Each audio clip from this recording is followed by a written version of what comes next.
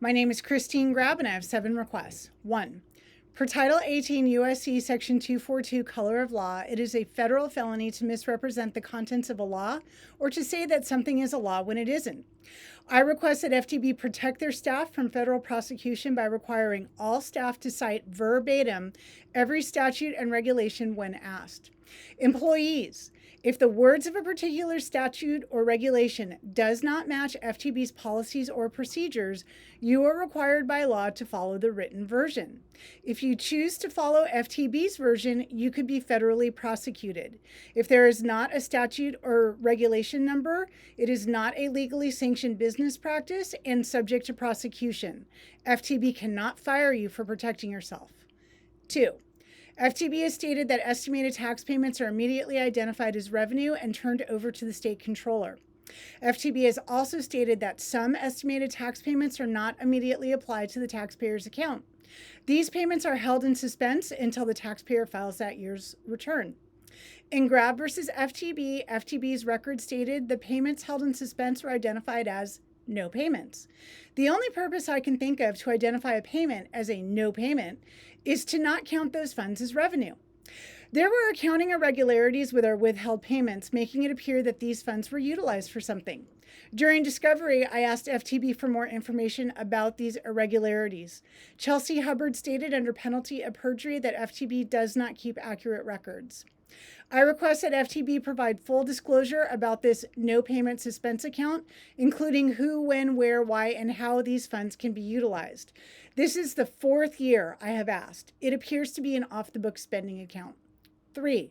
Please disclose exactly when tax payments are applied to the taxpayer's account. This is the 4th year I've asked. FTB's previous responses were evasive and deceptive. It appears that FTB delays applying payments to help fund its off-the-book spending account. 4. In 2022 and 2023, I asked FTB to disclose the guidelines for determining which payments and portions of payments are included in the totals collected for the purpose of calculating interest. I asked because in Grab versus FTB, it was disclosed that FTB only recognized some of the payments that we'd made and only portions of other payments. Thus, we'd paid interest because it falsely appeared we had an outstanding liability. FTB's responses were evasive. I asked again last year, and FTB responded that it credits all payments made after the due date. My wish is for FTB to disclose the guidelines for timely payments. 5.